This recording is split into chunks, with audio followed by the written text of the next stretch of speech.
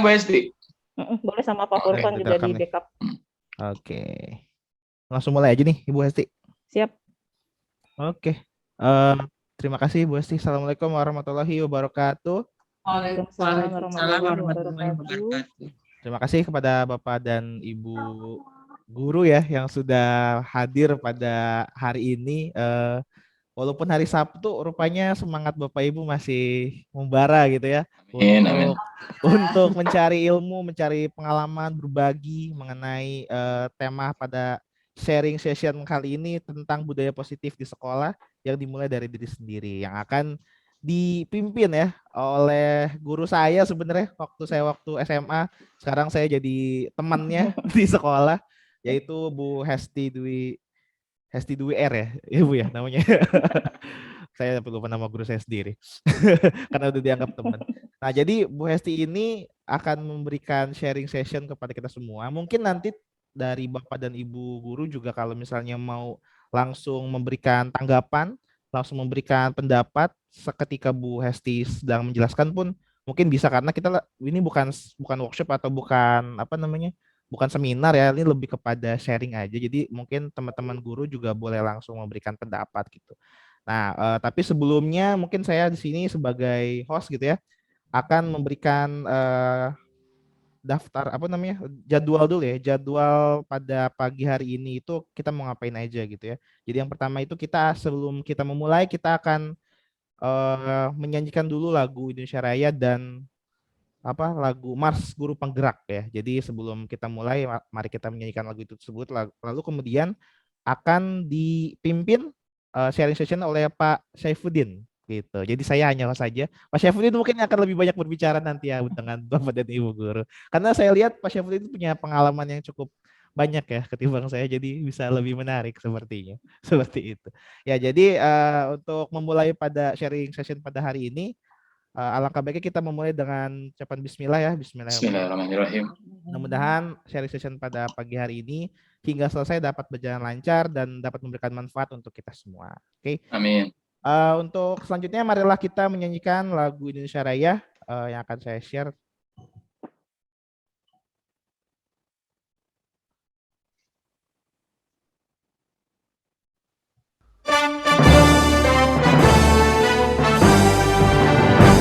Indonesia airku dan padaku,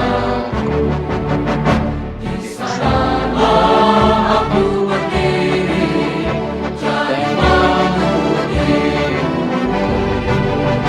Indonesia kebangsaanku, bangsa dan tanah airku. Marilah kita bersatu, Indonesia bersatu.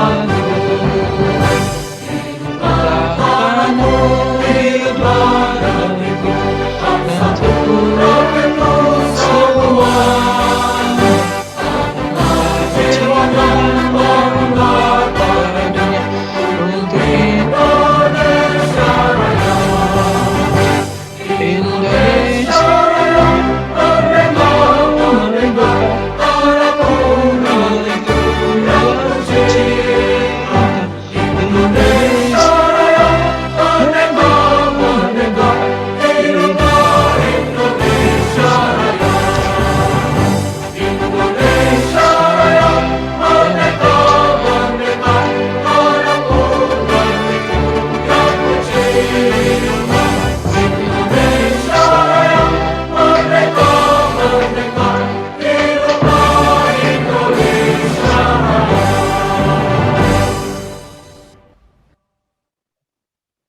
Ya, selanjutnya mari kita dengarkan lagu Mars Guru Penggerak.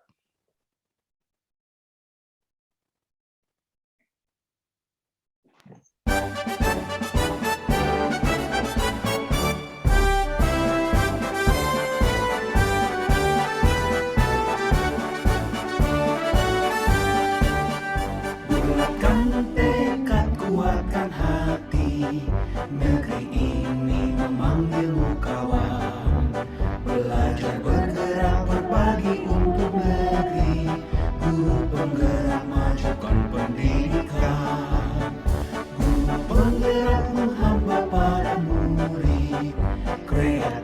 rancang pembelajaran. Hargai potensi, tingkatkan prestasi, lahirkan profil pelajar Pancasila. Belajar, bergerak, berbagi untuk negeri, kita menjalin kolaborasi. Belajar, bergerak, berbagi untuk negeri, demi bakti pada Ibu Pertiwi.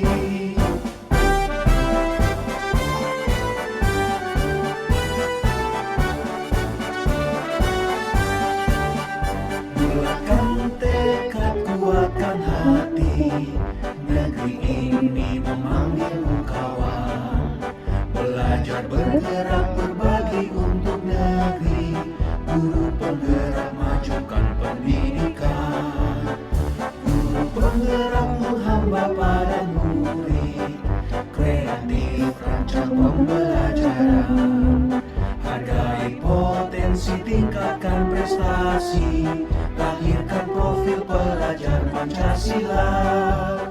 Belajar, bergerak, berbagi untuk negeri, kita menjalin kolaborasi. Belajar, bergerak, berbagi untuk negeri, demi bakti pada Ibu Pertiwi. Belajar, bergerak, berbagi untuk negeri, kita menjalin kolaborasi.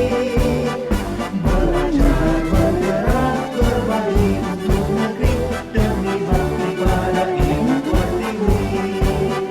Demi bakti pada Ibu Pertiwi.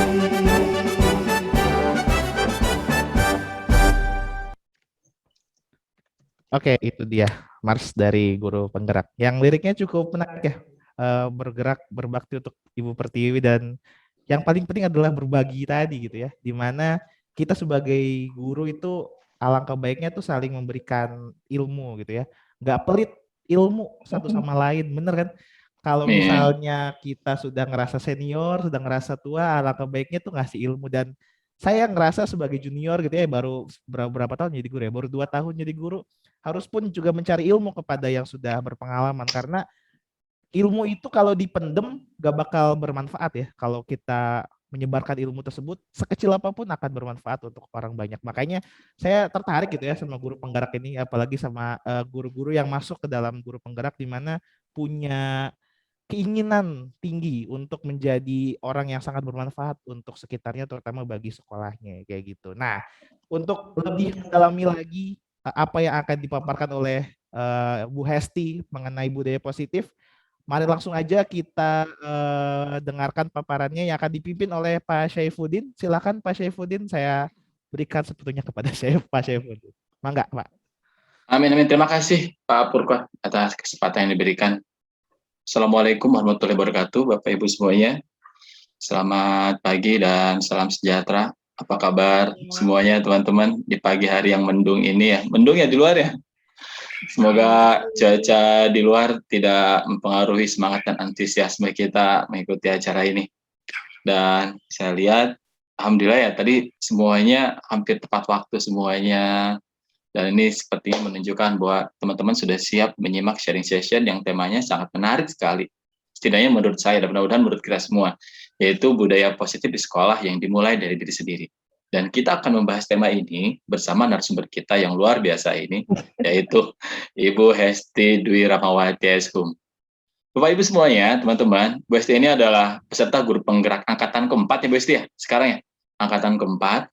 Beliau merupakan rekan saya di pengurusan MGMP Sejarah Kota Bogor. Beliau juga aktif di IGI. Dulu pernah bareng-bareng ikut lomba dan alhamdulillah menang sama Bu Hesti. Terus Bu Hesti juga jadi penulis banyak banget buku yang sudah dia tulis dan dari penerbit ternama pula, luar biasa.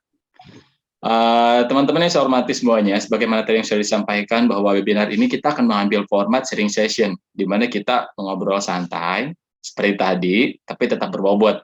Dan nanti di sesi pertama, narasumber akan mengambil kesempatan pertama untuk memaparkan materinya dan menceritakan pengalamannya dalam menerapkan budaya positif di sekolah.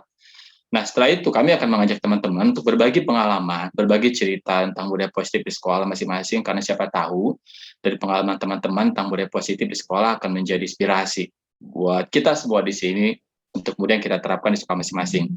Dan di samping itu juga nanti ada sesi tanya jawab.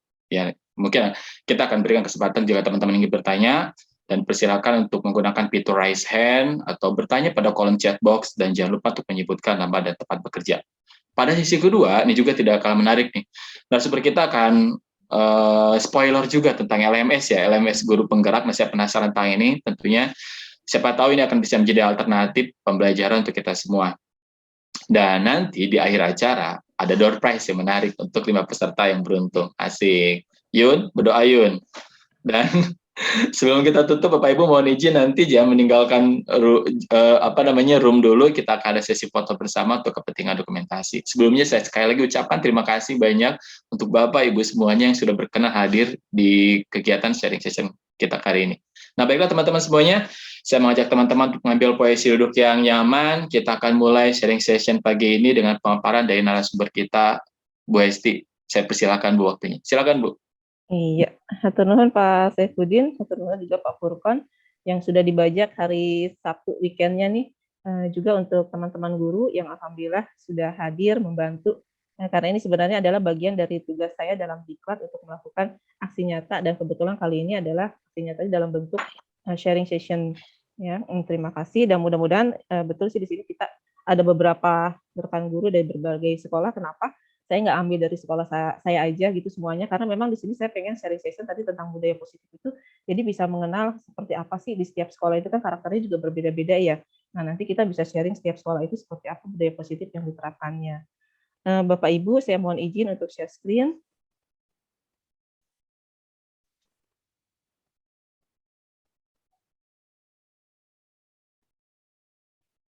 Oke, bismillahirrahmanirrahim. Ya, ini judulnya adalah budaya positif di sekolah. Kenapa saya pakai ada judul keduanya, yaitu dimulai dari diri sendiri, karena kalau biasanya kan kita bicara budaya positif, kadang anggapannya itu adalah pada satu program di sekolah yang menjadi ciri khas ya, karakter dari sekolah itu apa gitu. Tapi di sini saya tidak mau bicara tentang hal yang dalam skup yang lebih luas itu ya, tapi saya memulai dari diri kita aja dulu sendiri ya, untuk menanamkan budaya positif tersebut. Nah, di sini ada beberapa poin materi, mudah-mudahan kita kejar waktunya ya. Antara lain yang pertama tentang teori kontrol, stimulus respon, kemudian ada disiplin itu apa sih, dan ada motivasi yang apa ya, seorang itu melakukan mengikuti keinginan untuk disiplin atau tidak. Nah, ini juga ada keyakinan kelas, hukuman dan penghargaan, kemudian tentang 5 kebutuhan dasar manusia, sampai puncaknya itu atau yang jadi poin pentingnya ini sebenarnya adalah segitiga restitusi. Ya. Dari kelima ini sebenarnya kalau saya perhatikan ya, dari apa yang, jadi kadang kalau lagi belajar di sini kemudian suka nginget di sekolah. Nah, itu sebenarnya dari yang kelima ini kita sudah pernah melakukan semuanya gitu ya, mungkin hanya saja karena kita nggak sadar kalau ini sebenarnya adalah segitiga restitusi atau sebenarnya ini adalah keyakinan kelas. Nah, di sini jadi kita coba apa ya, meng-coaching kembali dalam diri kita, oh kita ini termasuk yang mana dari kelima ini. Nah, yang pertama kita mulai dari teori kontrol ya. Jadi kita sudah melakukan kontrol terhadap anak didik kita dalam penerapan disiplin. Tapi sebenarnya dari apa yang kita lakukan, kadang ada paradigma-paradigma yang belum tepat ya. Nah, di sini ada 5 paradigma yang sering terjadi yang tanpa kita sadari kalau sebenarnya ini belum tepat loh gitu. Tapi sering banget gitu kita berpikir seperti ini. Misalnya di sini ada paradigma pertama, yaitu guru itu bisa mengontrol siswa. Jadi ketika guru meminta siswa untuk A, B, C, menerapkan peraturan, nah itu kita muncul anggapan bahwa nah kita kan guru, kita harus mengontrol mereka. Ya, itu yang pertama.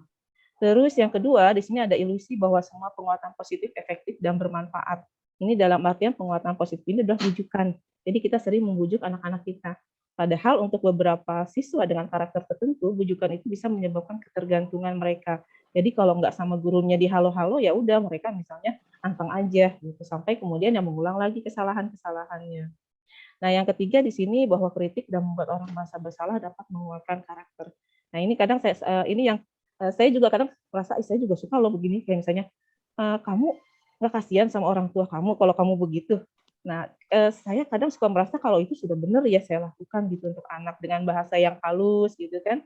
Tapi ternyata ini kalau pada disampaikan pada anak yang punya karakter tertentu, itu justru bisa mematikan karakter. Jadi membuat dia merasa bersalah sampai akhirnya, oh, ya udah deh, saya nggak begitu.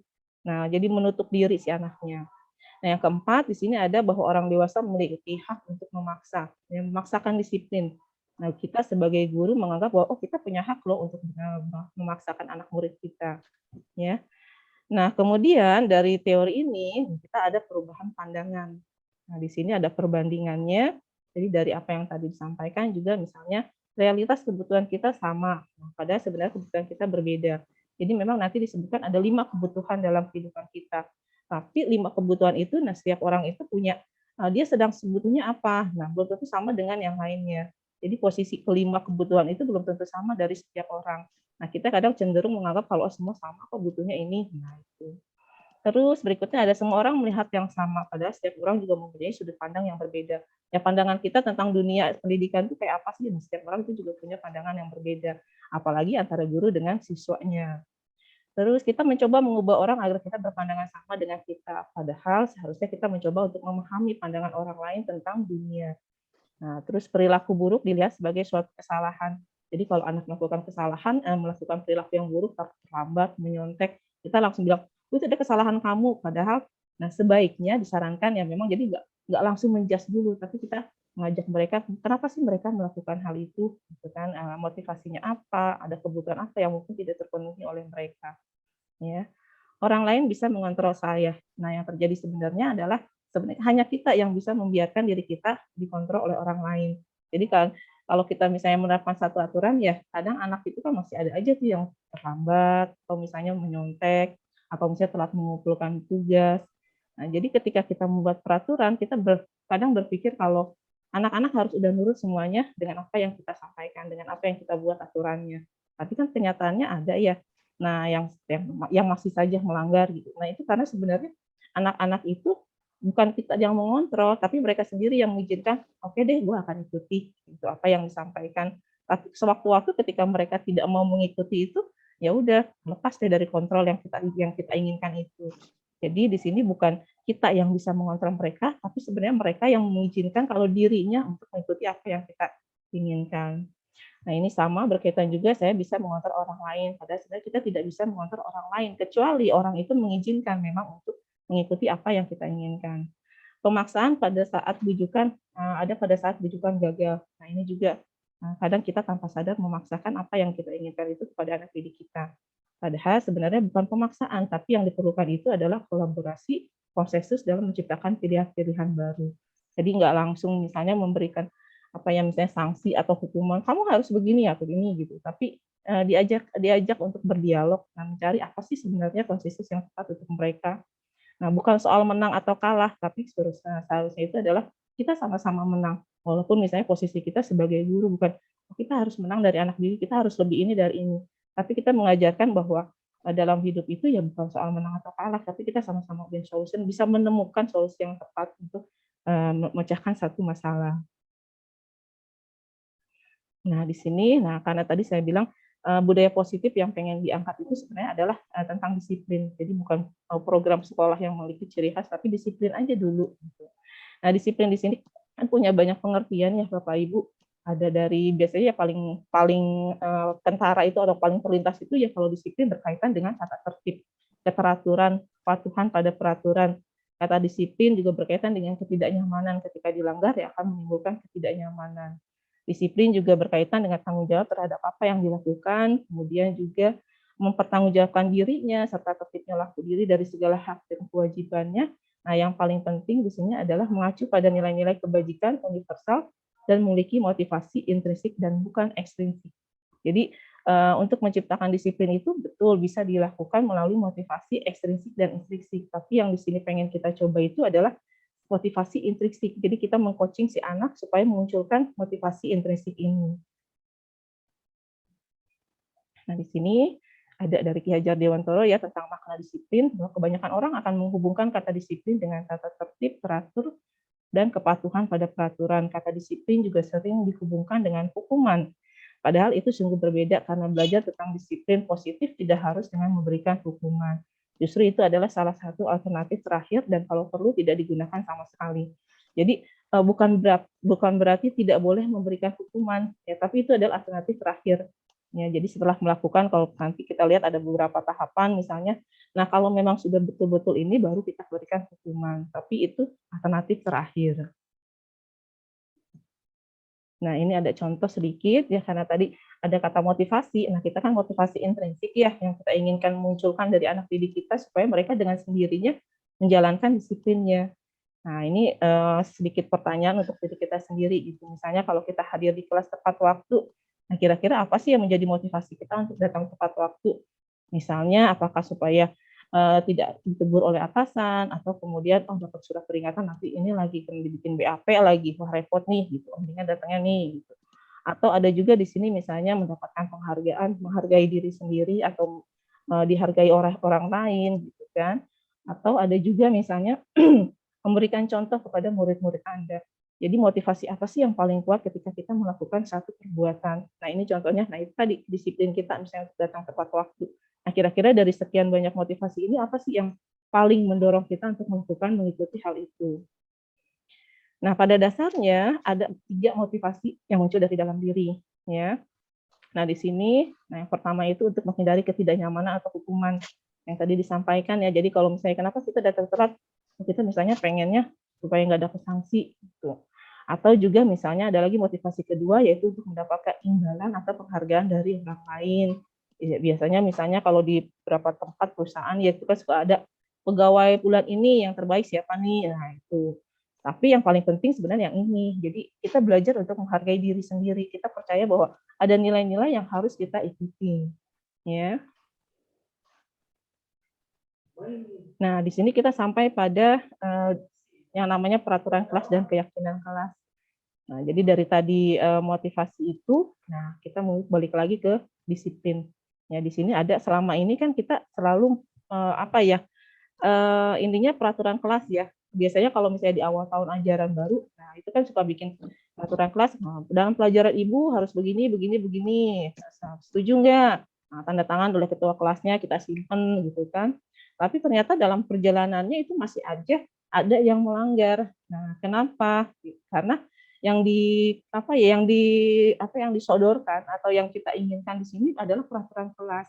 Tapi peraturan kelas kalau misalnya tidak disepakati dan diyakini itu pasti akan tetap dilanggar. Jadi makanya nggak heran kalau misalnya sekalipun di awal kita udah bikin harus begini, harus begini, ujung-ujungnya nanti pasti ada aja misalnya yang telat mengumpulkan tugas, ya seperti itu. Kenapa? Karena biarpun ada peraturan, tapi mereka itu tidak meyakini kalau itu sebenarnya ada nilai-nilai kebajikan untuk mereka.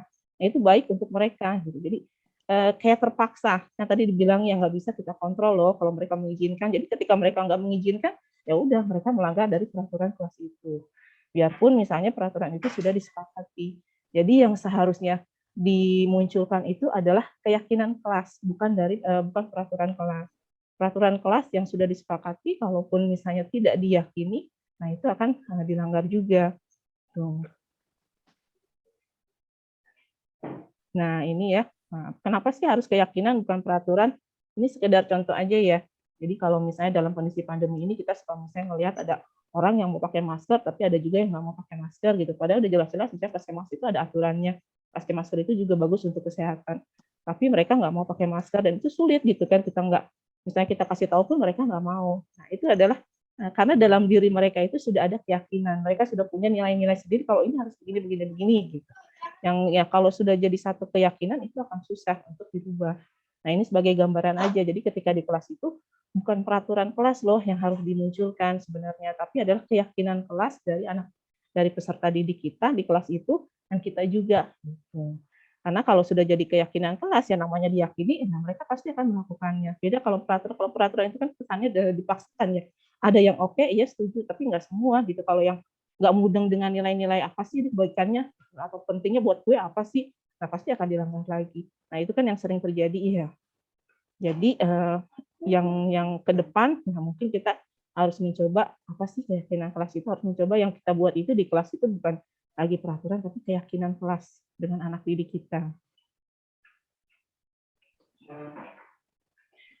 Di sini ada ya bagaimana cara membuat atau apa sih dari keyakinan kelas itu mudah atau sulit sih sebenarnya. Nah, ciri-cirinya dia bersifat lebih abstrak daripada peraturan yang lebih rinci dan konkret. Biasanya ada dalam bentuk satu kalimat aja gitu, nggak panjang. Kalau peraturan ada 1, 2, poin 1, 2, 3 misalnya.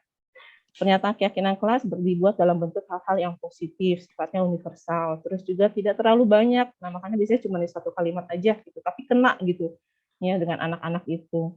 Keyakinan kelas sebaiknya di sesuatu yang dapat diterapkan di lingkungan. Nah, itu juga ya. Semua warga kelas hendaknya ikut berkontribusi dalam pembuatan keyakinan kelas lewat kegiatan curah pendapat. Biarpun kegiatan curah pendapat ini nggak harus sifatnya formal ya gitu. Nah, kalau tadi di awal kan Pak Saifuddin pernah nanya ya tadi nanya ya udah dilakukan belum? Kata saya ya udah sebagian. Nah, salah satunya ini gitu Pak. Jadi kan kalau ngajar sejarah tahu sendiri gitu ya, kadang apalagi kalau di jam terakhir tuh udah bosen-bosen gitu. Nah, masuklah ke kelas IPS apalagi gitu kan. Nah, salah satu kadang kalau misalnya buat mereka supaya nggak merasa sejarah itu sulit, nah itu kan suka, apa sih yang kamu ini kan misalnya, "Oh Bu, sejarah itu hafalan, tanggal, bulan, tahun." Gitu, Kak. Hal-hal yang menakutkan itu kita simpan di belakang. Jadi kayak misalnya, nama orang susah Bu ngafalinnya. Oh ya udah gitu, emang, Ibu mau nanyain silsilah raja, misalnya nama-nama orang kayak gitu kan enggak juga, emang ada soal yang nanya silsilah raja sampai lengkap? Kan yang ditanya cuma tokohnya aja. Ya paling misalnya kalau raja, ya udah, raja pertama, raja terkenal, raja terakhir, udah 3 itu aja nggak banyak kok. Nah, sejarah itu asik kok belajarnya. Nah, oh iya Bu. Nah, mereka seperti itu. Nah, hal-hal seperti itu secara tidak langsung sebenarnya bagian dari sesi surah pendapat. Jadi kita dengan anak-anak itu saling memberikan pendapat. Nah, kemarin saya coba di kelas IPS itu, jadi keyakinan kelasnya itu adalah kelas IPS itu keren, gitu kan. Terusnya, kelas IPS itu keren dan belajar sejarah itu asik. Nah, jadi kesepakatan sudah disepakati, nah kemudian dalam waktu-waktu tertentu, jadi kadang kalau misalnya ngelihat anak-anaknya udah mulai bosen, udah mulai rame, nah itu kadang saya suka IPS 1, nah mereka langsung keren keren keren. Nah, itu sengaja memang sampai tadi sambil biar semangat ya gitu. Jadi mereka sambil keren keren keren gitu. Sejarah, asik asik asik. Nah, mereka begitu jadi teriak lagi. Dan udah tuh. Jadi yang tadinya lagi asik misalnya ngobrol atau lagi apa, langsung ada yang sampai lari ke depan gitu. Pukulnya papan tulis di depan gitu. Pelan-pelan gitu. Tapi seenggaknya di situ mereka jadi oh ya, sadar disadarkan lagi kalau kita kan punya keyakinan kelas kalau kelas kamu itu keren loh. Keren itu apa? Misalnya belajarnya yang oke gitu kan, mengerjakan tugasnya oke gitu dengan guru sopan. Terus juga misalnya belajar sejarah yang awalnya mereka katakan, aduh sulit Bu, hafalan terus misalnya, tapi di sini asik kok belajar sejarah, ternyata nggak kayak yang dibayangkan gitu. Ya udah anggap aja kayak nonton sinetron, misalnya cerita dongeng gitu. Nah ini baru mulai coba diterapkan di kelas IPS sih, karena kalau IPS itu kan memang agak-agak berbeda di sini ya gitu. Jadi kalau misalnya udah lihat ini, ya udah IPS 1 keren keren keren. Sejarah, asik asik asik. Entar kalau di PS2 ya udah IPS 2 keren keren keren. PS3 ya itu jadi panggil aja gitu. Jadi sewaktu-waktu diingatkan kembali tentang keyakinan kelas ini. Gitu. Nah, berikutnya di sini ada pertanyaan. Nah, ini ada contoh kasus aja sih ya. Misalnya gitu ada seorang guru, dia punya anak namanya Arjuna. Nah, Ibu Lucy nih gitu kan anak kelasnya. Nah, dia hobi banget gitu ngambilin makanan temennya gitu. Nah, kenapa nih ngambilin makanan temennya? Sampai teman-temannya itu ngadu. Nah, ini kan berarti ada satu masalah. Nah, disinilah kita mulai ya kalau yang tadi dikatakan kenapa sih anak ini melakukan perbuatan itu? Nah, anak ini melakukan satu kesalahan. Nah, tadi kan kita sudah belajar tentang motivasi. Nah, si anak ketika melakukan itu pasti ada motivasi tertentu. Dari yang 3 itu kira-kira apa? Gitu. Nah, berikutnya, ada juga kebutuhan apa dari siswa itu sampai dia melakukan perbuatan tersebut. Nah, ini kita lihat di sini. Jadi dari motivasi kita kenal ada kebutuhan. Setiap manusia itu ada 5 kebutuhan utama, yaitu kebutuhan untuk bertahan hidup, kebutuhan cinta kasih, ya kebutuhan untuk diterima, untuk mendapatkan kasih sayang, perhatian, ya terus juga ada kebutuhan penguasaan. Jadi kebutuhan untuk diakui kemampuan dirinya baik besar atau kecil. Nah, itu dia. Kemudian ada kebutuhan kebebasan, ya. Jadi ya kenapa kalau dipaksa itu enggak ini, karena mereka setiap manusia itu kan ada kebutuhan untuk kebebasannya ya. Ketika dia merasa terganggu, pasti akan berontak. Dan yang kelima adalah tentang kesenangan. Nah, jadi kira-kira kalau misalnya tadi kasusnya, ini si anak hobinya ngambilin makanan temennya aja, kenapa sih? Nah, kita balik lagi, kira-kira apa nih satu motivasinya, misalnya apa? Oh dia belum mengerti, memahami tentang nilai-nilai kebaikan oleh dengan teman-temannya. Terus kalau dari segi kebutuhan itu, kita lihat lagi kenapa sih kira-kira. Nah, jadi sebelum kita memberikan hukuman, kita perlu mencari juga apa sih motivasi dan kebutuhan dia apa yang tidak terpenuhi sampai akhirnya dia melakukan itu. Mungkin saja misalnya dia butuh kasih sayang, dia dengan caranya itu dia menarik perhatian dari teman-temannya gitu. Atau mungkin juga misalnya dari segi keluarganya ternyata ekonominya kurang, jadi ya untuk makan pun susah sampai akhirnya dia melakukan seperti itu ya. Nah ini berikutnya, nah ini kembali ke diri kita.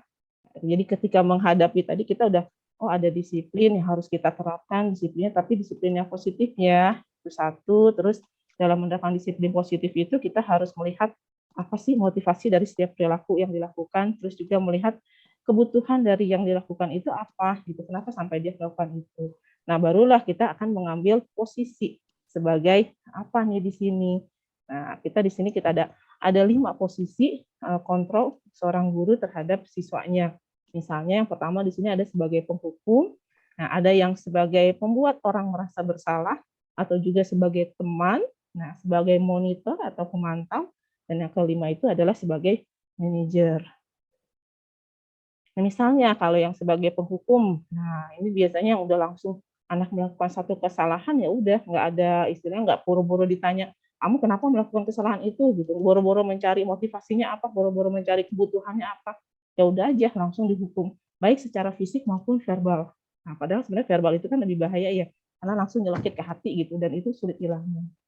Nah biasanya tipe ini juga dia memerlukan sistem atau ya dia merasa membutuhkan ada satu sistem atau peraturan yang bisa digunakan untuk menekan siswa ke murid-murid. Nah, yang terakhir itu dia merasa kalau cara gue pokoknya yang paling benar deh. Gue udah tepat nih melakukan ini untuk menegakkan disiplin.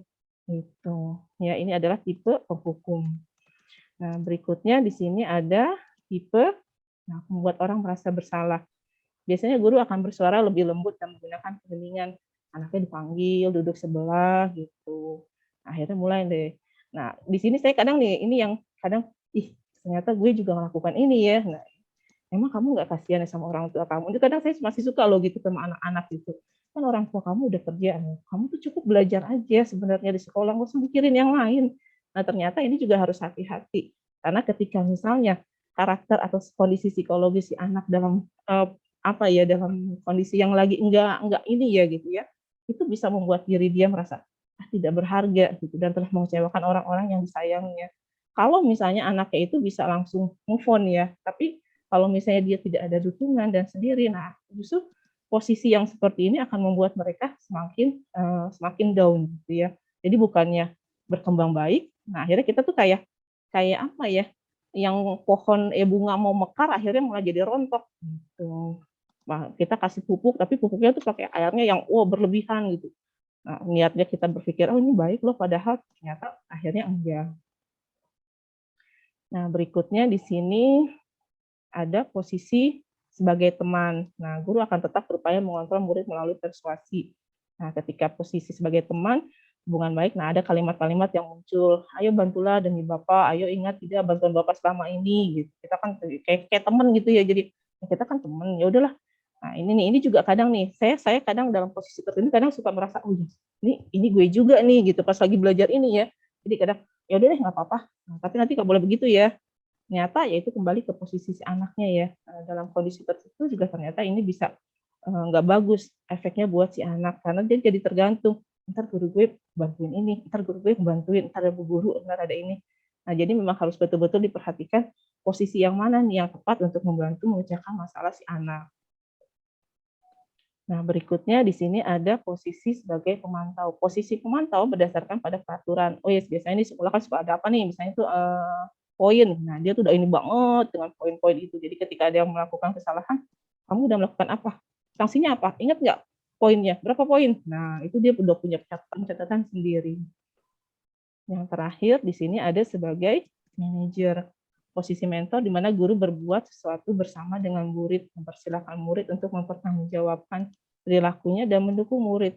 Jadi, nah ini yang tadi pertama disebutkan ya, kenapa kita membuat keyakinan kelas. Jadi kalau posisi sebagai manajer, ya udah nanti dia akan bertanya lagi gitu. Jadi ingat nggak sih kita kan udah bikin keyakinan kelas. Nah, di keyakinan itu apa? Oh iya Bu, kelas IPS kan keren. Itu kerennya apa tuh misalnya? Iya nggak boleh terlambat misalnya, nggak boleh nyontek, nggak boleh gangguin temen, gitu. Nah, terus ketika dia sudah melanggar itu, ya gimana caranya kamu perbaiki?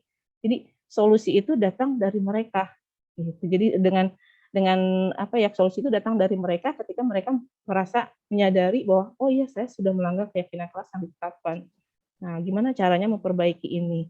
Nah, kita posisi guru sebagai manajer itu ya bukan untuk mengatur, tapi kita harus mengarahkan, meng-coaching si anak itu supaya kembali sadar sehingga dia bisa menemukan solusinya dan kemudian dia memperbaiki apa kesalahan yang sudah dilakukan. Jadi ketika dia kembali ke temannya gitu yang, "Oh, tadi bikin salah apa ini." Nah, dia bisa bercerita dan dia bisa, "Ini gue bangga loh," ada kebanggaan tersendiri dalam diri dia kalau saya berhasil menyelesaikan apa yang sudah saya lakukan, kesalahan yang sudah saya lakukan.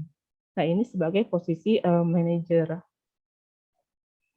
Nah, berikutnya di sini ada kita kenal yang namanya segitiga restitusi. Ya, restitusi itu adalah proses untuk menciptakan kondisi. Ini tadi kita udah kenal nih ada 5 posisi kontrol. Nah, kita juga udah bisa merefleksi diri nih kadang-kadang kita posisinya ada di mana sih gitu. Nah, tapi yang diutamakan di sini kan tujuannya adalah supaya kita mengingat ya. Jadi enggak langsung tapi ada prosesnya. Nah, ini ada yang disebut sebagai segitiga restitusi.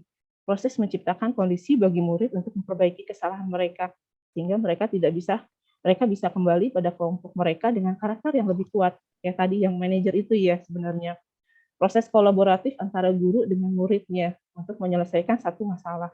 Tapi di sini bukan gurunya yang memberikan penyelesaian atau solusi itu, tapi si murid ini yang bisa menemukan masalah gue apa, kesalahan gue apa, dan bagaimana cara memperbaikinya. Gitu.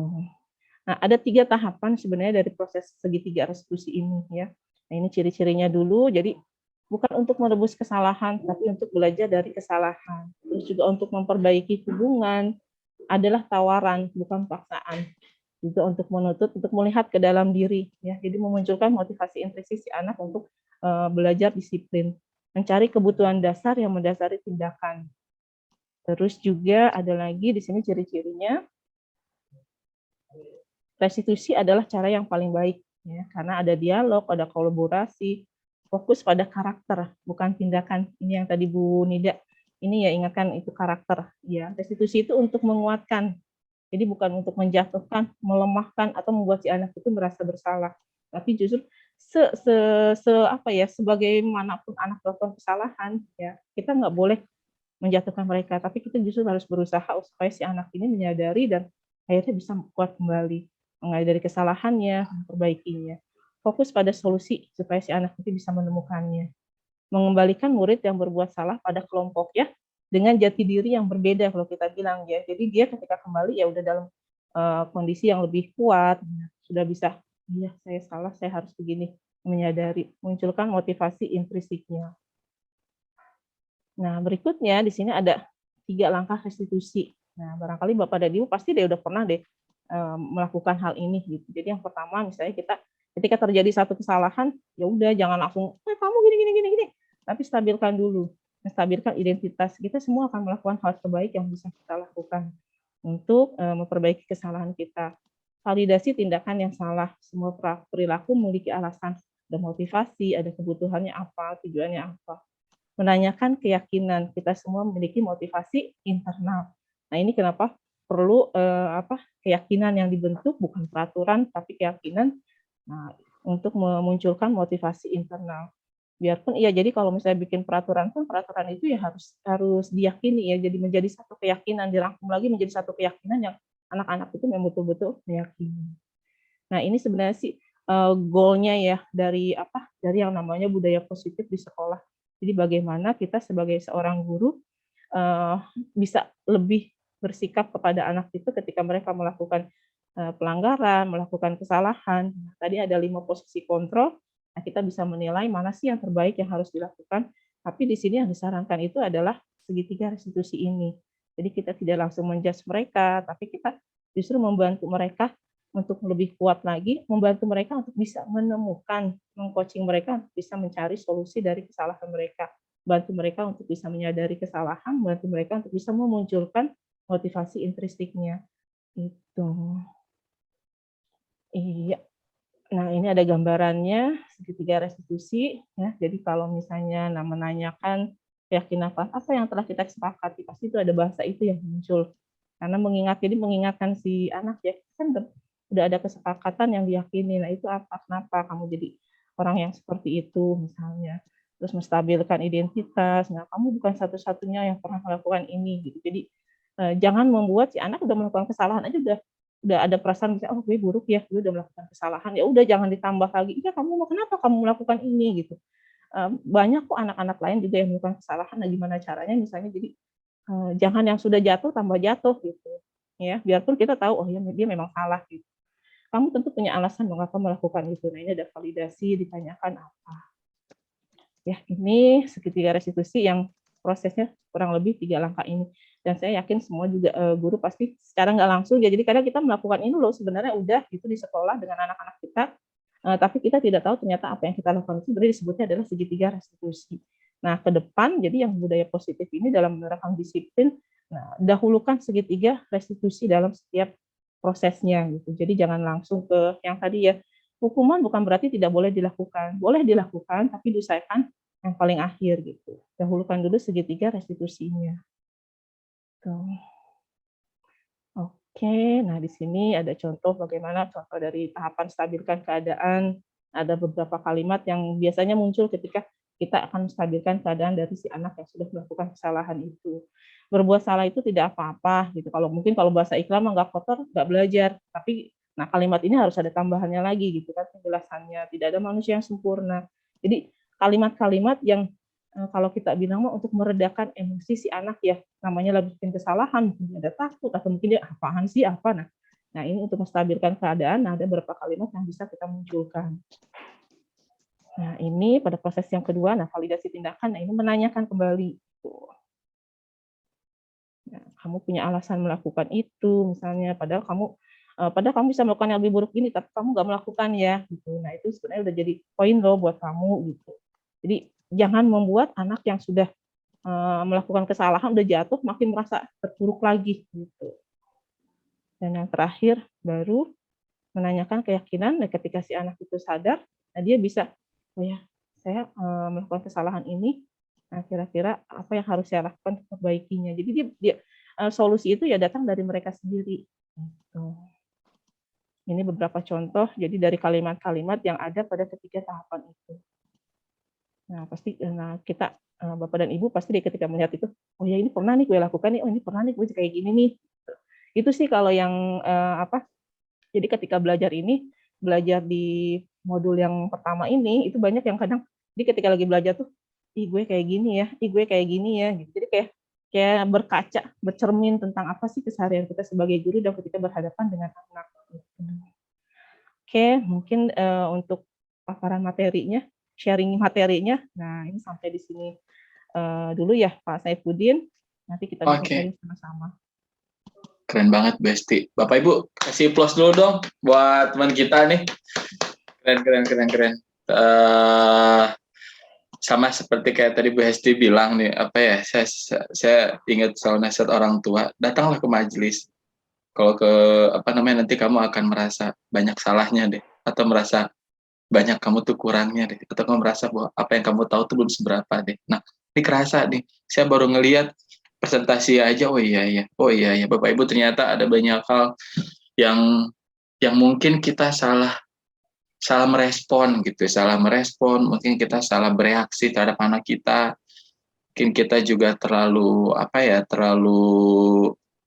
cepat menilai atau menjudge, mudah menghakimi anak kita. Ternyata di paparan Bu Hesti kita semuanya terbuka bahwa ada banyak alasan di balik perilaku anak, dan ada banyak alternatif solusi yang lebih memanusiakan anak gitu ya, supaya anak bisa tumbuh menjadi manusia yang jauh lebih baik lagi. Nah, Bapak Ibu, terima kasih sekali lagi Bu Hesti. Bapak Ibu, kita memasuki sesi sharing. Ini ada teman kita yang langsung mau bertanya atau mau menanggapi, Ibu Yuli. Mangga Ibu Yuli, silakan di-unmute mikrofonnya. Silakan Bu. Ya, terima kasih. Aduh, keren banget materinya. Sambil flashback juga benar sih ya kalau dari paparan. Benar, keren banget. Nah, yang jadi pertanyaan saya tuh gini, ada nggak sih standarisasi gitu loh untuk waktu memberikan kesempatan siswa itu dan kita saya maksudnya dalam hal ini sebagai guru untuk mengetahui ini masa toleransi perubahan posisi dari yang restitusi tadi gitu loh. Kan misalnya kan gini, kalau saya ke siswa tuh gini, misalnya ada yang terlambat, saya kan nanya, kamu kenapa terlambat gitu kan? Ini Bu, saya bangunnya kesiangan. Nah, kok bisa bangun kesiangan itu kenapa gitu kan? Nah, terus nanti saya tidurnya malam Bu. Nah, terus tidur malam tuh kenapa gitu kan? Terus gitu kan? Akhirnya, nah terus udah gitu. Terus menurut kamu kalau terlambat itu bagus apa enggak gitu kan? Nah, nanti kan dia alasan gini-gini nih. Nah, terus alasannya kan paling standar ya, ya paling ini Bu nanti dihukum gitu. Nah, terus akhirnya kan saya kasih opini baru gitu ya, bahwa kalau kamu terlambat kan nanti kamu ketinggalan pelajaran, bla bla bla. Akhirnya nanti kamu salah persepsi. Kalau itu saya pernah tuh ngasih contoh, misalnya kamu ngaji gitu kan, baca Al-Quran, terus kamu pas dengar bagian penjelasan makanlah makanan, pokoknya ada ayat yang menjelaskan bahwa makanan yang diharamkan itu kan babi gitu kan, anjing. Nah, terus udah gitu ya selain itu berarti boleh gitu kan. Nah, terus udah gitu kamu pas pulang ke rumah gitu kan, lapar, terus ada rumput gitu kan. Nah, rumput kan nggak termasuk babi yang diharamkan, berarti boleh dong gitu kan. Nah aja kan di situ kan bisa jadi contoh gitu. Kalau informasinya kepotong, persepsinya kan salah gitu. Beda kalau misalnya dia ngikutin dari awal bahwa sebenarnya ada penjelasan lain bahwa kalau makan tuh ya tidak hanya halal aja tapi juga baik gitu. Nah, rumput kan nggak masuk kategori baik, berarti kan nggak kemudian akhirnya mentang-mentang halal terus akhirnya kita makan gitu kan. Nah, kayak gitu. Nah, terus tapi kemudian setelah, oh ya kamu ngerti nggak masalah gini? Ya Bu, ngerti. Nah, jadi apa solusinya supaya nggak terlambat? Nah, terus dia gini-gini, misalnya pasang alarm dan lain sebagainya. Udah tuh ya, kan berarti udah muncul tuh solusi dari dia gitu kan. Nah, tapi besoknya tuh dia terlambat lagi gitu kan. Nah, ini yang kadang tuh akhirnya waduh nih, akhirnya kan Ram juga Bu ya, ujung-ujungnya kesel juga Bu ya. Kesel juga. Katanya kemarin ngerti gitu kan. Nah, ini ya mungkin di satu sisi kadang ini mungkin si siswa itu butuh masa toleransi untuk memahami dengan baik gitu ya. Apa yang sudah didiskusikan sebelumnya gitu kan.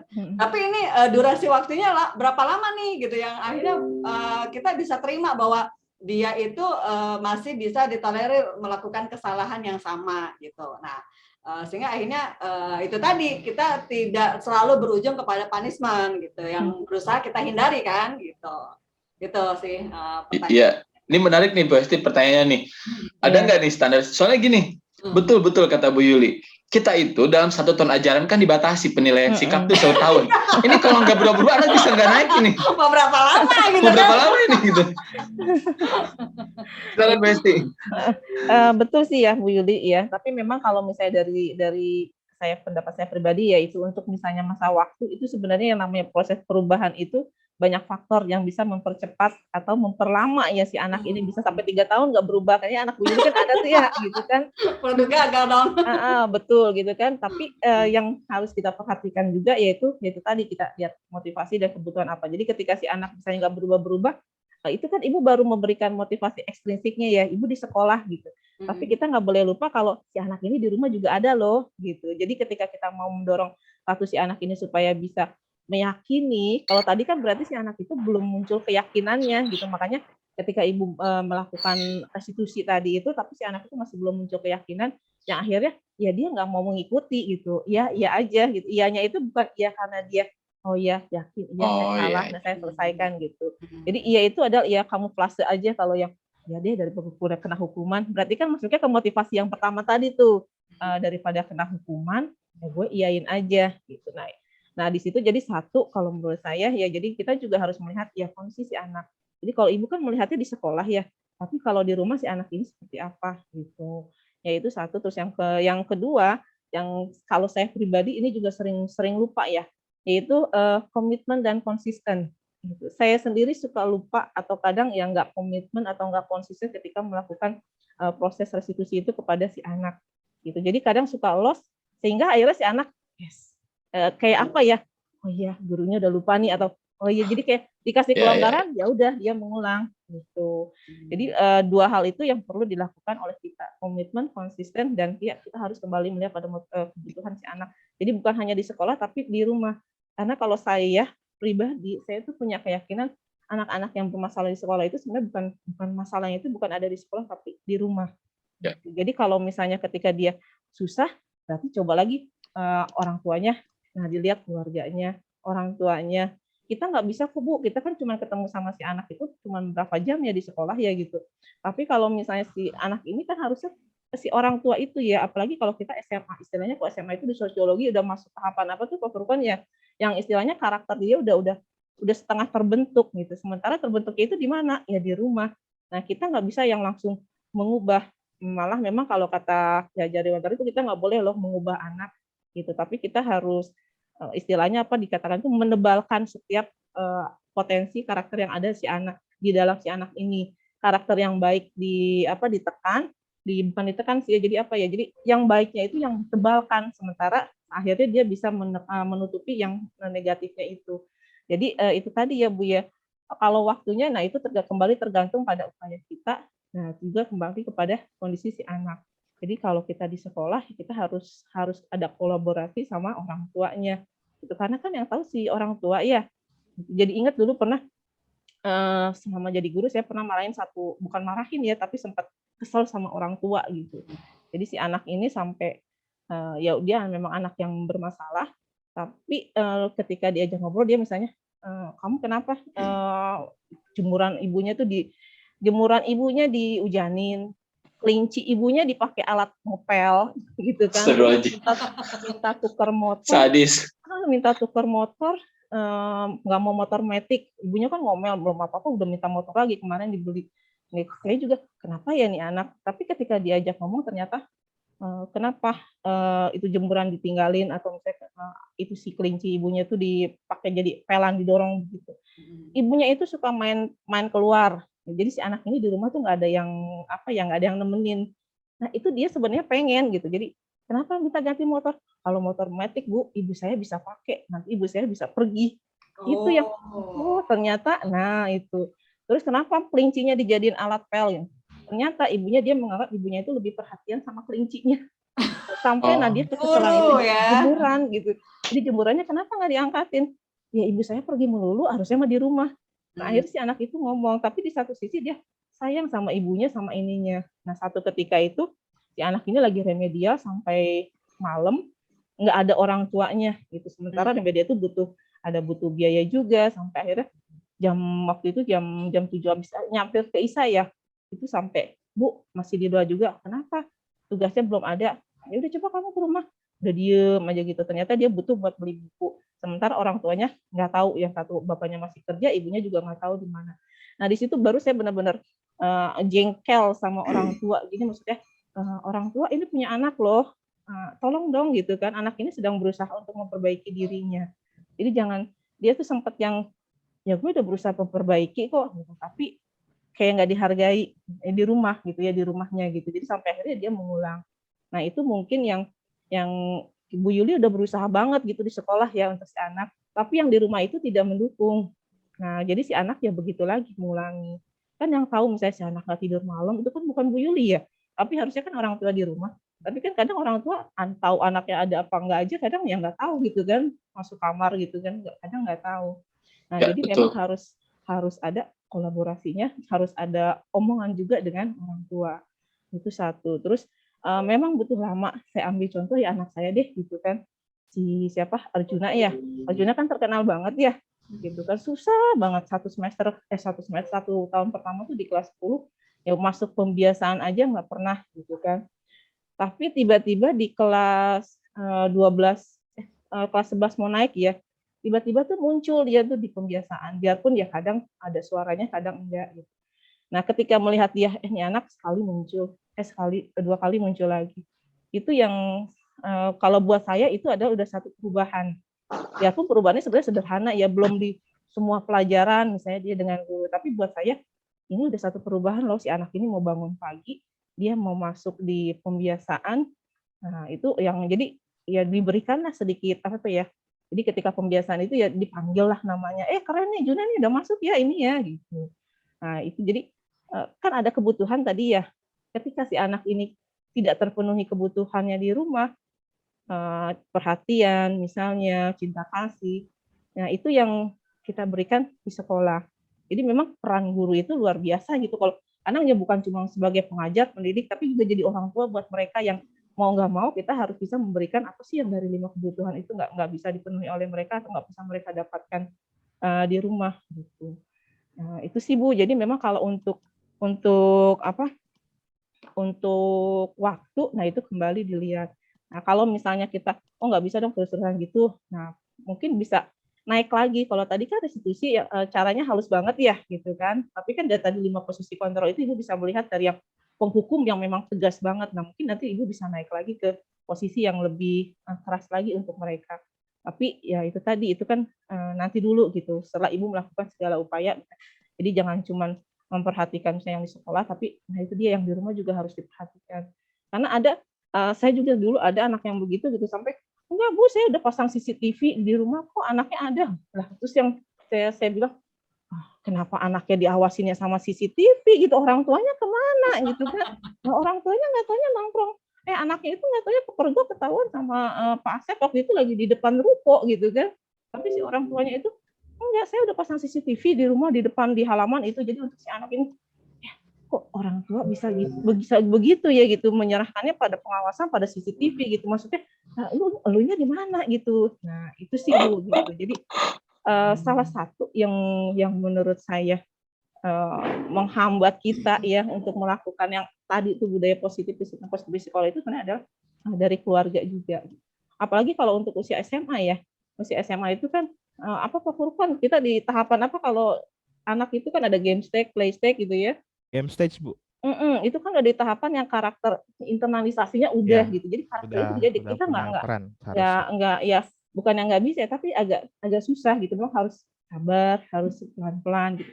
Nah, kalau misalnya kalau misalnya hanya kita sendiri tanpa mengajak orang tuanya, nah itu akan sulit, akan lama. Gitu.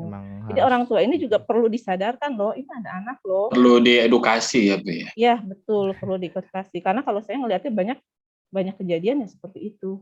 Tapi sistem di sekolah kita sudah menjangkau itu nggak sih Bu? Sebetulnya kalau di sekolah BSI sendiri ya, kalau saya dengar di sekolah adik saya, kalau adik saya kebetulan mengajar di Ummul Qura, itu selalu ada pertemuan rutin dengan ayah, jadi Father's Day. Iya. Untuk memberikan kayak tadi kalau kita bahasanya menyadarkan bahwa tanggung jawab syariatnya ada di orang tua loh. Kita mah aja tanggung jawab profesional loh. Tapi kan tidak semua sekolah melakukan itu. Iya, gitu sehingga kita sering kesulitan nih orang tua begitu saja dengan mudahnya nyerahin aja ke sekolah. Soalnya tuh kita kayak pabrik merubah anak dengan mudahnya gitu ya. Video di barat itu ya. Persepsi sekolah kayak bengkel Bu. Benar gitu. Jadi kan saya udah nyekolahin anak, jadi kalau anak bermasalah dari sekolahnya yang error gitu kan. Iya kayak perlu ya edukasi buat orang tua ya, karena capek loh sebenarnya kita, berat loh kita. Kan itu kalau kadang kita udah undang ke sekolah, nah orang tua punya persepsi kalau orang tua dipanggil sekolah tuh itu sebagai sesuatu aib gitu. Jadi akhirnya tidak sedikit orang tua menghindar gitu. Padahal kan kita bisa mengkomunikasikan ya Bu ya, gitu. Nah, jadi akhirnya mentok di situ kalau udah kayak gitu. Coba kita tanya di teman-teman yang lain nih. Teman-teman yang lain punya pengalaman kayak gini nggak yang sama? Atau mungkin ada hal yang pengalaman menarik yang bisa dibagikan tentang persoalan ini nih, gitu kayak tadi disampaikan sama Bu Hesti atau Bu Yuli. Bu Ade, apa kabar Bu Ade? Terima kasih. Bu Ade di 9 gimana Bu Ade? 9 baik-baik kayaknya Bu Ade ya.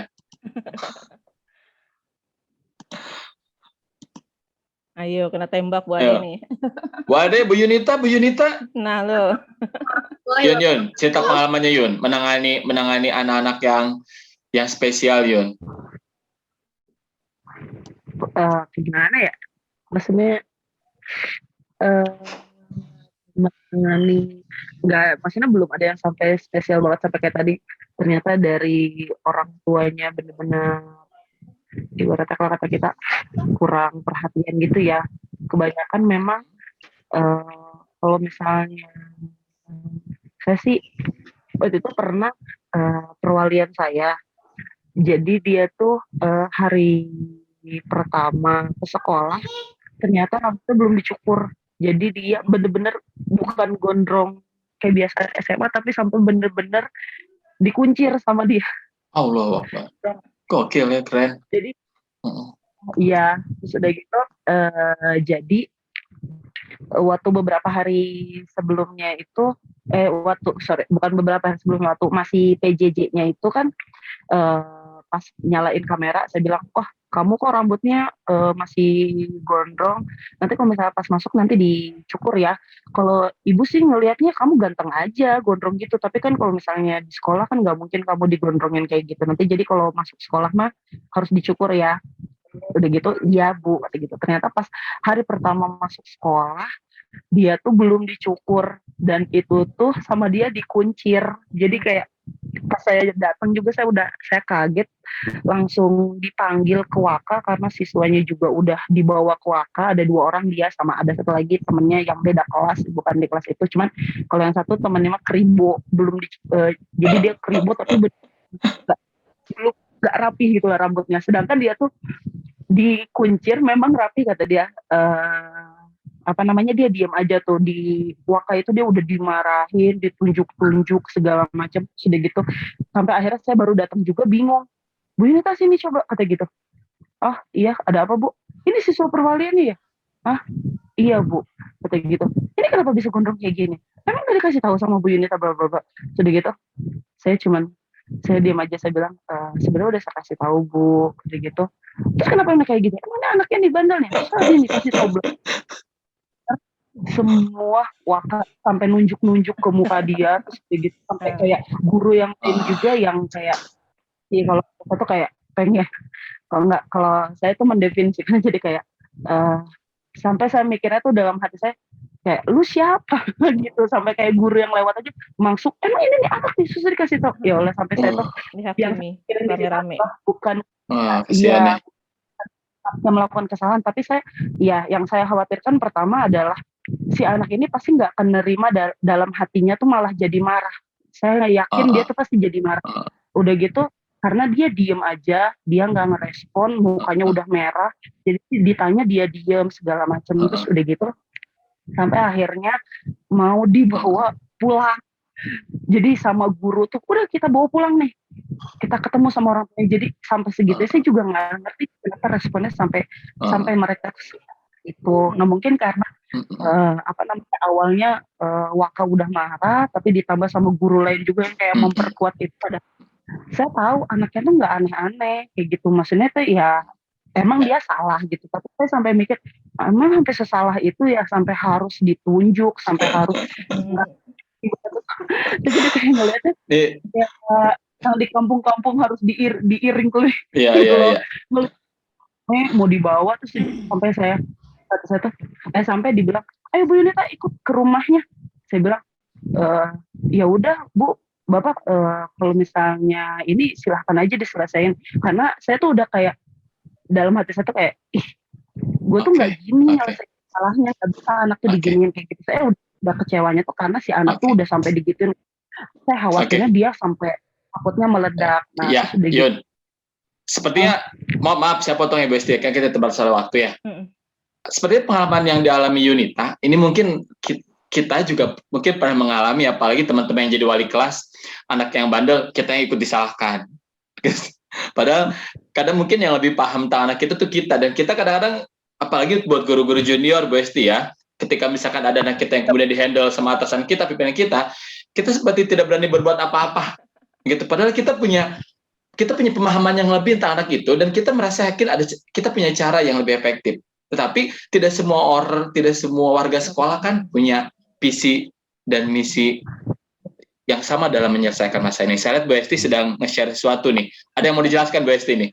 Iya, tadi sih keinget Pak Saifuddin bilang apa tuh ponakan ya gitu. Jadi ada salah satu tugas lagi di GP ini ya, itu adalah kita bikin visi murid gitu ya. Jadi visi kita punya ya kayak Bu Yuli gitu tadi yang cerita muridnya, pasti setiap guru itu punya gue pengen murid yang kayak begini loh. Nah itu masing-masing dari kita tuh bikin tugas tentang visi murid. Nah di sini ya ini saya bikin gini ya, mewujudkan pelajar unggul berkarakter religius. Nah religius itu saya taruh di depan ya, kenapa gitu? Karena saya punya keyakinan kalau misalnya fondasi agamanya kuat, ya anak sebandel apapun itu dia nggak akan melenceng itu. Sedangkan karakter religius agama ini kan bukan di kita ya, itu kan harus sudah dari kecil. Jadi kembali lagi ke keluarga, ke orang tua itu ya. Kalau kita ya sekarang di sekolah itu tadi gitu, mereka tuh udah separuh jadi loh karakternya gitu. Sedangkan kita harus kalau misalnya harus sampai merubah itu memang ya ke Bu Yudum nanya itu ya susah gitu kan, harus ada kerjasama dengan yang di rumah juga, karena yang bikin karakternya anak itu seperti yang terjadi di sekolah itu kan sebenarnya adalah yang di rumah gitu kan, keluarga itu. Tapi nah ini adalah salah satu apa ya, ini sih visi murid impian saya gitu. Jadi saya pengen ya anak itu karakternya deh gitu, religiusnya dulu yang dikedepankan itu memang itu, dan itu mau nggak mau ya harus kembali lagi ke dengan orang tua.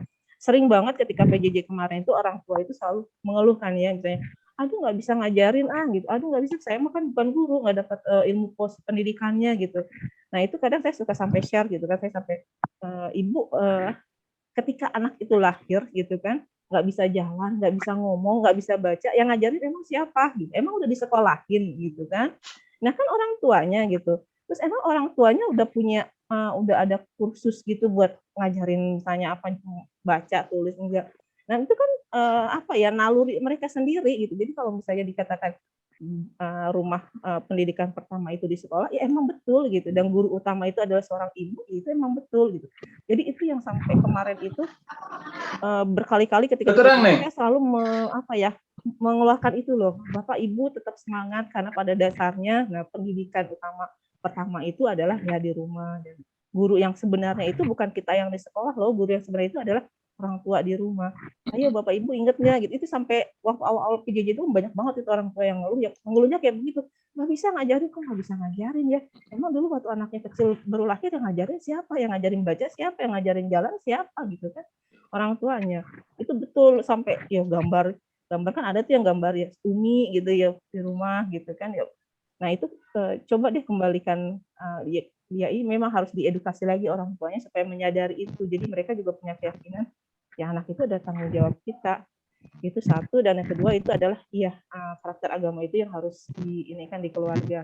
Mungkin ada sharing lagi, ini baru kemarin ya pas lagi bagi rapot itu, ada satu anak ini selama 3 tahun ini kelihatannya baik-baik aja gitu. Sampai orang tuanya juga kalau misalnya ada pertemuan selalu datang, sopan, senyum gitu kan. Jadi saya mikirnya oh fine-fine aja nih keluarga si anak gitu. Tapi ketika kemarin ketemu dia tiba-tiba, kamu mau lanjut kuliahnya gitu, Insya Allah Bu, oh ikut TO enggak? Nah kan kemarin kan itu ya. Nah, terus dia tiba-tiba diem gitu, Ibu saya boleh cerita enggak? Kenapa gitu? Akhirnya baru dia cerita, ternyata dari kecil itu dia selalu bertengkar dengan ayahnya gitu, bahkan sampai ada kekerasan fisik. Nah kalau sekarang udah enggak Bu, karena saya udah gede, saya udah kadang ngelawan kata dia kan, Bapak nggak berani. Yang ada di pikiran saya kan langsung ingat bapaknya ya, kalau ke sekolah kayaknya baik-baik aja, tapi sampai si anak, Bapak memang, ayah memang gitu Bu, kalau depan orang baik, kalau di rumah keluar aslinya. Nah itu yang kamu sekarang di mana? Jadi dia nggak tinggal sama orang tuanya, nggak tinggal di rumahnya, kamu tinggal di mana? Sama neneknya, dan nggak dinafkahi gitu kan. Sampai saya terus, nah itu dia Bu, saya kerjanya apa? Nganterin ikan. Saya tuh kemarin udah dapat 500.000 kata dia untuk bayar TO sama buku tahunan, tapi ibunya pun tidak dinafkahi oleh bapaknya. Jadi uang itu saya kasih ke ibu saya. Yang langsung kepikir tuh kan langsung jangan sampai si anak ini los ya, kamu jangan ini ya, jangan maksudnya pergi kemana gitu. Senang ya ketika si anak bilang, enggak Bu, saya masih tahu agama ke dia, saya masih sholat kok Bu, masih ini nih. Oke, alhamdulillah gitu kan. Tapi jangan cuma sholatnya ya, maksudnya aplikasinya misalnya dari ya nilai-nilai itu ya harus dipraktekkan sama kamu ya Bu, insya Allah saya. Jadi nah di situ jadi bener ya seorang anak kalau basic agamanya kuat, nah dia bisa bertahan kok gitu. Tapi kalau basic agamanya kurang, nah itu yang bahaya. Nah itu gitu. Menarik. Rata-rata kalau yang saya perhatiin ya, jadi kita sebagai guru lihat aja gitu ya. Nah, salah satu yang agak susah itu, nah itu dia gitu kalau anak-anak ini jauh dari agama. Nah, itu kan kembali ke orang tuanya. Nah, ingat aja dulu waktu pas awal pandemi itu berkali-kali gitu ya. Ibu gitu. Dulu kan waktu anak ibu kecil emang siapa yang ngajarin gitu. Ibu tuh guru loh di rumah nggak pakai kursus nggak pakai akta 4 segala gitu, tapi udah bisa loh ngajarin anaknya lari ini. Sekolah tuh bukan di sini ya, sekolah itu yang sebenarnya adalah di rumah. Ya. Nah, ibu adalah guru yang sebenarnya gitu. Memang apa ya hal-hal seperti itu sih yang harus kita apa bahasanya ya Bu Evi ya, kita kolaborasi gitunya. Kolaborasi kan kita selalu ya kolaborasi itu nggak bisa cuma kita sama murid aja, tapi juga sama orang tua. Dan yang namanya misalnya parenting, nah kalau tadi pas saya studi itu di sekolah FIT, yang mereka kan memang sudah rutin ya. Kalau kita kan parenting ini baru ada tahun ini ya ke orang tua, jadi nggak bisa berharap misalnya dengan sekali parenting orang tuanya itu langsung sadar. Orang ketika si anak curhat itu, saya yang langsung kemarin cerita sama siapa yang berarti nih anak, ya ini bapaknya waktu kemarin parenting sama orang tua dengerin nggak ya gitu kan? Oh bisa begitu sama anaknya. Kebayang aja lo anak SMA dia nggak tinggal sama keluarganya, dia harus cari nafkah sendiri gitu. Ya, Bu Esti kan cerita-cerita seperti sebetulnya saya yakin banyak ditemui di setiap sekolah ya. Di sekolah saya juga seperti itu. Cuman karena kadang-kadang nggak kebanyakan mungkin ya. Saya mungkin beberapa teman kita tidak memiliki pemahaman yang sama, selalu melihat masalah itu secara hitam putih. Kalau melanggar ini, sanksinya ini. Makanya sanksinya ini. Benar. Gitu. Jadi selalu dilihat tuh ke dalam kacamata itu. Gitu. Dan jarang ada yang, bukan mudah-mudahan sih tidak banyak ya, menggali kenapa karakter-karakter buruk itu muncul gitu, dan malas untuk mengambil solusinya, dan bagaimana menumbuhkan makanya saya senang dengan presentasi Bu Esti tadi ini sesuatu yang yang baik sekali, tapi PR terbesar kita adalah memahamkan ini menjadi budaya bagi guru-guru dalam menangani anak-anak, memahamkan ini ke semua teman-teman gitu. Itu mungkin jadi PR berikutnya ya Bu Hesti ya, karena satu orang Bu Hesti, satu orang guru penggerak sepertinya sulit untuk mengubah kultur sekolah yang sudah settle selama bertahun-tahun gitu ya. Dan mudah-mudahan semuanya bisa jadi guru penggerak dan di coaching diberikan pelatihan dan pemahaman supaya kita sampai di pemahaman yang sama dalam menangani anak. Dan sebetulnya saya pernah ngobrol juga dengan Bu Hesti ya dulu tentang di Amerika pun sedang ada tren Maslow Maslow before Bloom, ternyata ada kemiripan nih gitu dengan program karakternya guru penggerak. Oke, teman-teman ada yang bertanya lagi atau mau sharing lagi? Ya, Pak Bupu, saya. Bade. Oke, asik. Silakan Bade. Saya punten saya nggak nyimak dari awal ya. Hanya tadi saya dengar masalah-masalah yang dimunculkan 1-2 orang gitu. Kebetulan tahun ini udah tahun ini kedua kali saya dapat ditugaskan menjadi wali kelas yang anak-anaknya luar biasa gitu. Wali kelas luar biasa. 5 tahun lalu terakhir saya sempat main tangan gitu ke perwalian saya ya, 5 tahun lalu di kelas 12. Nah, hari sekarang itu di kelas ya yang bermasalah seperti itu 27 orang. Buset. Jadi wali kelasnya benar-benar luar biasa itu. 36 siswa. Gitu. Jadi nah itu dia, saya juga heran kenapa saya lagi gitu ya yang dapat kelas seperti ini, karena kelas seperti ini tuh bukan hanya baru di kelas 11 kan munculnya, sebenarnya masalahnya di kelas 10 gitu. Ini sudah pernah juga saya angkat di rapat, saya bilang sama guru-guru, kalau yang lain masalah hanya 1-2 anak, di kelas saya itu 27 anak, dan ketika saya kerucutkan itu sampailah ke 5 anak, dan itu semua berpengaruh terhadap kondisi belajar terutama pada saat pandemi. Gitu. Nah, orang tua sampai rela anaknya untuk saya 3 bulan menjadi wali kelas itu sudah memberikan tindakan karena mereka seperti ini dari kelas 10. di kelas 11 3 bulan kemudian saya memberikan tindakan gitu kan, bikin surat pernyataan ke orang tua dan orang tuanya itu bersedia anak-anaknya untuk tidak naik kelas.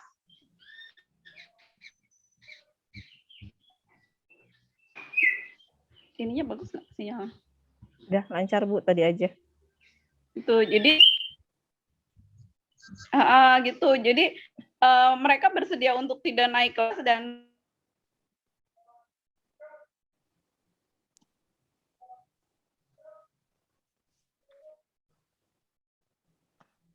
Terputus ya, sinyalnya kurang baik kayaknya. Sinyalnya. Iya.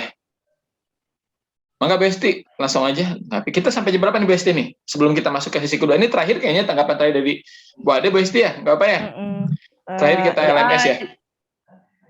Mungkin mau sambil share, Bu Evi tolong diingetin ya kalau ada yang salah gitu kan.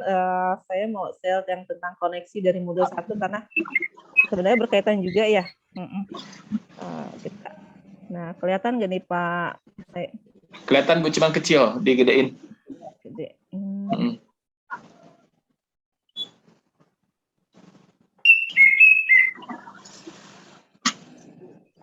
Oke.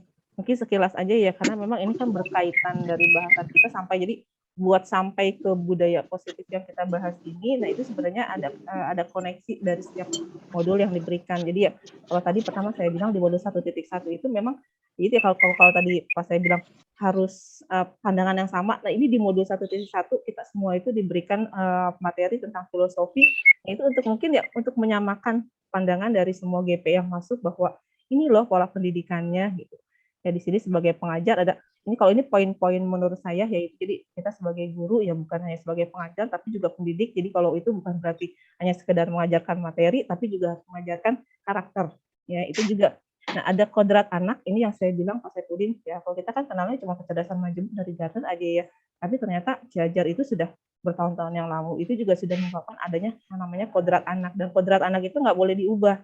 Jadi kita sebagai guru tuh nggak boleh mengubah, tapi kita menguatkan apa yang menjadi potensi dari anak itu. Ya ibaratnya kayak apa Bu Evi ya, kayak kita diibaratkan kayak petani yang kemudian dikasih bibit banyak, ada bibit mawar, ada bibit cabai, ada bibit ini gitu. Nah kita kan nggak bisa milih ya, setiap bibit itu punya karakter yang berbeda kalau ditanam. Nah kita nggak bisa milih-milih gitu. Kita cuman ketika yang ini ada masalah nih bibit ini kok nggak bisa ya hujan, kita solusinya apa? Nah itu jadi kita guru itu diibaratkan seperti seorang petani. Biar gimana pun bibit-bibit ini harus kita tanam, tumbuh kembangkan sampai kemudian bisa menghasilkan sesuatu yang berkualitas. Nah si anak ini loh yang berkualitas. Nah itu juga, dan potensi yang ada itu pun bukan berarti kan potensi kalau itu ya sebelah kecerdasan majemuk ya. Nah ini ada potensi-potensi itu. Nah kita harus melihat potensi mana sih yang unggul dari si anak ini. Gitu. Nah itu kita kuatkan. Kalau dibilangnya di situ apa Bu?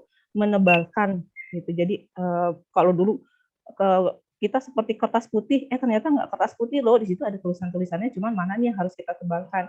Kita kuatkan potensi dari si anak sehingga dia bisa tumbuh kembang sesuai dengan kodrat alam dan kodrat zamannya. Kalau kata Imam Ali didiklah anakmu sesuai dengan zamannya ya. Sudah sesuai dengan ya kondisinya apa di sekitar situ. Guru menghamba pada siswa. Nah ini yang sering ada sebagian masih kontroversi gitu kadang dengan kalimat ini. Saya pun pas awalnya kenapa harus menghamba kepada siswa ya gitu. Tapi kemudian saya ingat cerita ya, kalau Allah itu juga kan manggil kita sebagai hamba ya. Apakah dengan begitu kedudukannya menjadi lebih rendah dari kita? Kan enggak ya. Tapi yang dimaksud di situ adalah kita memberikan pelayanan terbaik loh. Allah juga nggak pernah ngeluh kan kalau misalnya umatnya macam-macam gitu kan. Nah, di situ maksudnya kita sebagai guru, jadi Adik dengan 27 siswa bermasalah gitu kan, yang ngeluh iya pastilah itu ada lah gitu kan. Tapi kemudian dia tetap harus memberikan pelayanan terbaik kepada siswanya. Nah, yang terakhir di modul 1 ini ya ada 3 semboyan itu yang harus kita ingat. Karena kita tahu semboyan tapi kita belum betul-betul melakukannya atau belum konsisten dan komitmen. Nah, di modul kedua ini ada nilai-nilai. Nah, itu nanti yang kita ajarkan ya, nilai-nilainya apa. Nah, yang saya ingat sih saya ingat karena dari 5 nilai itu cuma yang ke ini sama saya ya gitu ya, yaitu ya kepemimpinan belajar, karena saya pengen berubah cara mengajar saya. Merasa masih belum masih banyak kekurangan lah. Jadi belum sampai ke misalnya kepemimpinan manajerial misalnya kayak gitu ya. Kalau Bu Evi itu kan udah biasa ya berkecimpung dengan bidang manajernya. Kalau saya kayak enggak deh, saya mesti ikut ini itu, pengen memperbaiki cara mengajar saya sama anak, hubungan saya dengan anak di kelas aja gitu.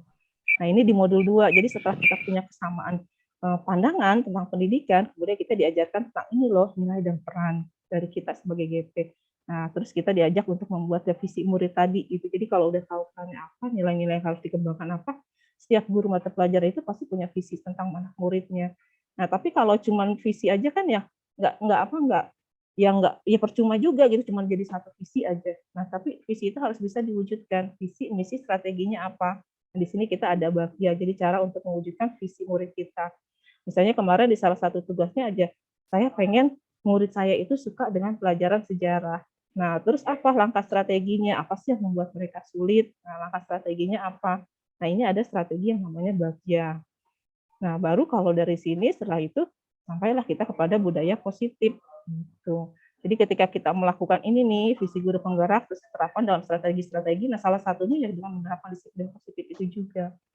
Jadi sebenarnya materi budaya positif ini adalah materi terakhir yang sebenarnya untuk sampai ke budaya positif itu betul tadi kan kalau kata Pak Saipudin ya, guru itu harus punya kesamaan pandangan loh. Nah, kita di awal itu ketika di filosofi pendidikan Ki Hajar Dewantara itu sudah disampaikan harus begini, ya bukan harus ya, tapi ini loh. Yang saya tuh pas ikut itu pas pertama aja udah mikir, oh iya ya ternyata kayak gini ya, gue guru kok kayak gini ya. Jadi ya refleksi ke diri sendiri aja. Gitu. Ya, mungkin itu sedikit gambaran aja. Mangga Bu Evi, ayo dong, pengen dengar suara. Teman-teman yang lain ada yang masih mau berbagi atau bertanya? Bu Evi, mangga Bu Evi. Mangga, sharing aja. Terima kasih, luar biasa hari ini teman-teman. Saya Ibu Evi, dulu mengajar di SMA 10 Kota Bogor, sekarang bermutasi ke SMA Negeri 4 Cibinong, Kabupaten Bogor.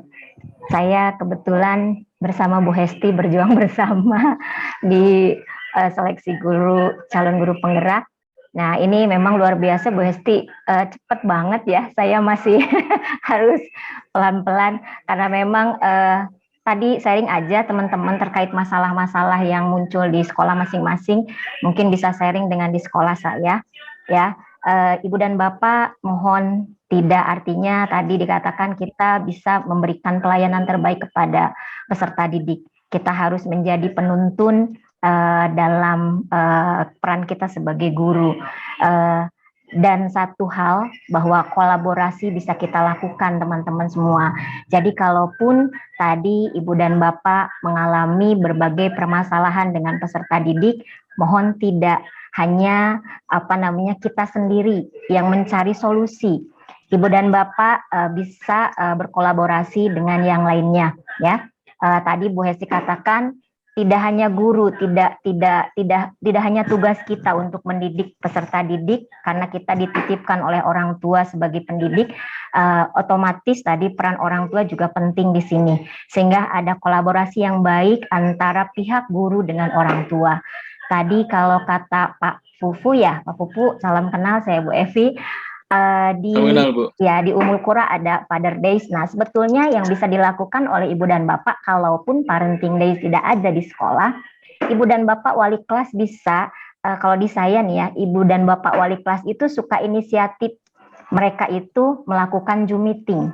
Nah, ini secara kontinu. Tadi Bu Hesti katakan ada kontinu ya, konsisten dan kontinu. Nah, komitmen sebetulnya ada komitmen, ada kontinuitas juga ya. Nah, ini juga bisa dilakukan. Ini contoh sharing saja di sekolah saya.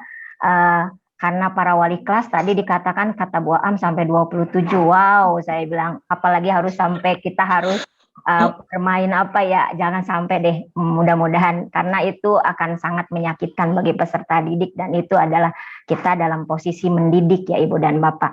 Jadi sebetulnya tadi kolaborasi yang baik antara orang tua dan dengan guru ya, terutama di sini adalah para wali kelas, sehingga kalaupun kita tidak bisa bertemu langsung misalnya seperti sekolah-sekolah lain membuat Parenting Day ketemu dengan orang tua dan sebagainya, Ibu dan Bapak wali kelas bisa melakukan pertemuan dengan orang tua melalui Zoom meeting. Dan ini biasanya kalau teman-teman saya di sekolah ada yang rajin wali kelasnya secara kontinu itu terus menyapa orang tua murid apa itu sebulan sekali misalnya ya, hanya ingin menanyakan kabar mereka dan bagaimana perkembangan anak-anaknya di rumah.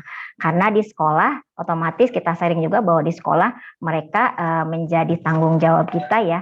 Kalau di rumah tadi dikatakan menjadi tanggung jawab orang tua. Ini mungkin barangkali supaya kita mengetahui sebetulnya apa sih posisi-posisi orang tua, seperti apa sih mereka itu mendampingi atau bahkan bisa mendidik. Barangkali ada yang memang orang tua masih dalam kondisi mendidik ya, karena mungkin anaknya belum benar-benar bisa dilepas atau bisa mandiri.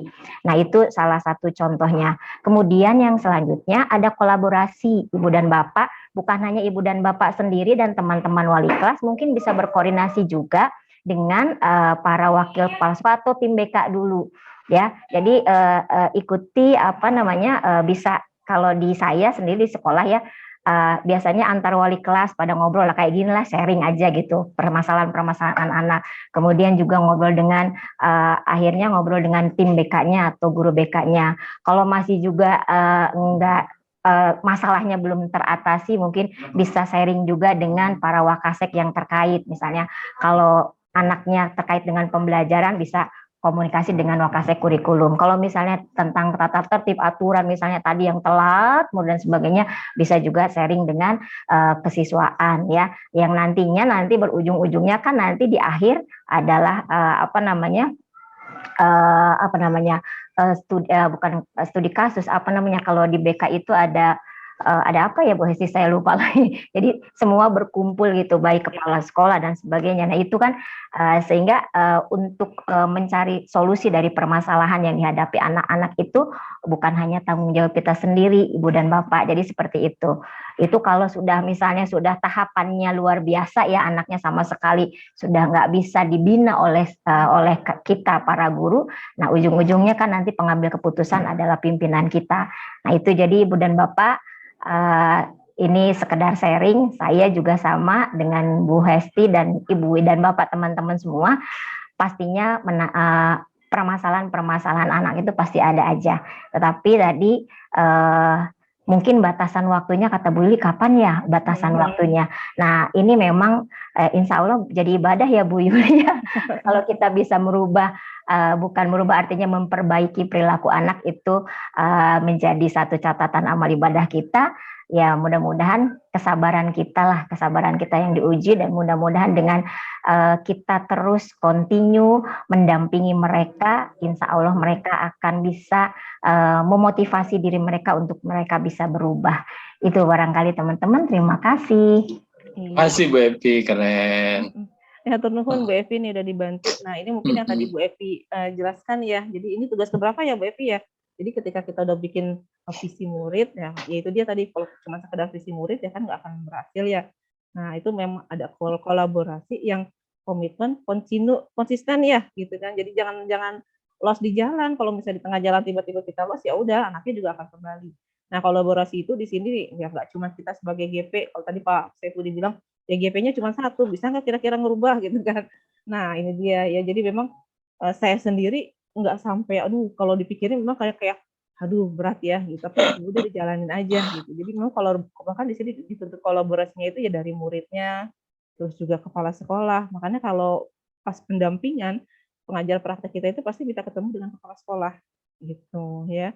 Terus juga dengan rekan guru, yang mudah-mudahan nanti yang hadir juga di sini bisa mengambil kebermanfaatannya, bahkan dengan tenaga kependidikan, dengan TU sampai ke pengawas sekolah.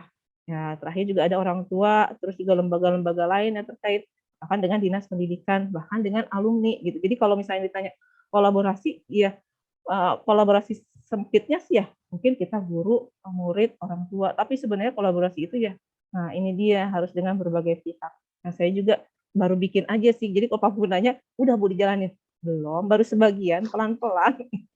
Karena kalau langsung ini kayak gitu. Ya benar.